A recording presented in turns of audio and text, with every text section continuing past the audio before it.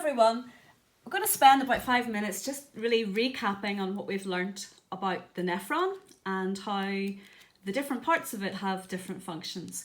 So to start off, we're just going to add some labels here for the different parts. So I'm just going to put the main labels down. So this part in here is the glomerulus. And that's the blood vessels actually. And this part of the blood vessels is the vasa recta. Okay, so glomerulus, vasa recta, those are blood vessels. I suppose really I should have done them in red or something, so I'll just do that. Now, first part of the nephron then is the Bowman's capsule.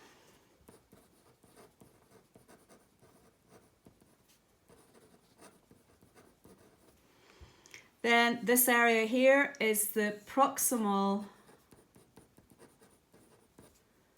convoluted tubule.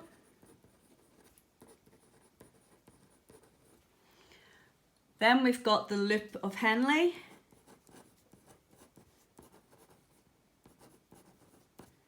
The descending limb, the ascending limb. This bit here is the distal convoluted tubule.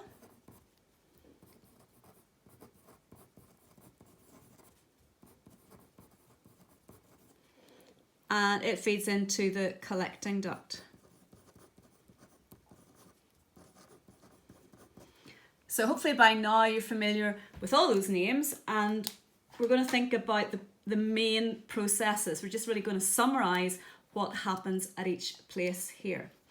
So Bowman's capsule, blood flows in under high pressure, and this is where ultrafiltration takes place. So that's the key thing here. So ultrafiltration.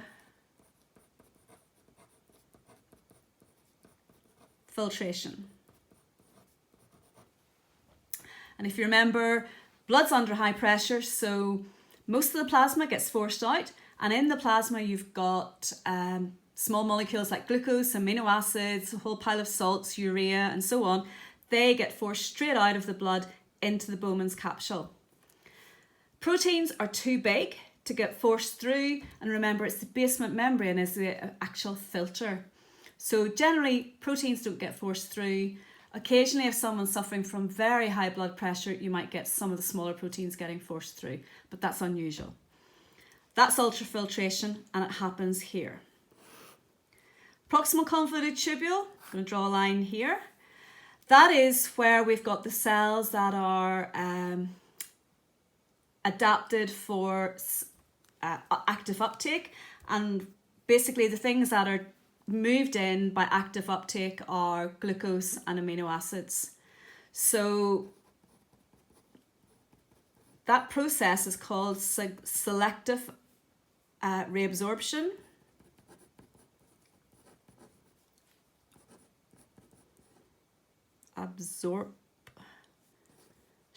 Can't spell. Okay, and so it's glucose, amino acids, and we're just going to write in there water follows by osmosis. Now that's not the process of selective reabsorption, but it is an important thing that happens in the proximal convoluted tubule. The loop of Henle. Well, last week we looked at how the loop of Henle, we looked at how the loop of Henle had different properties for the descending and the ascending limb. But all we're going to summarise is the fact that it creates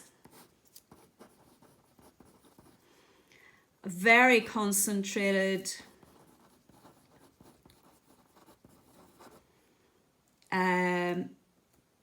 basically tissue or interstitial tissue, fluid in the tissue of, now what region are we in the kidney?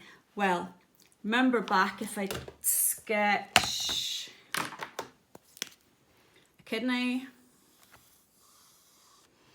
Okay, so there's kidney, and we said basically cortex, medulla, pelvis,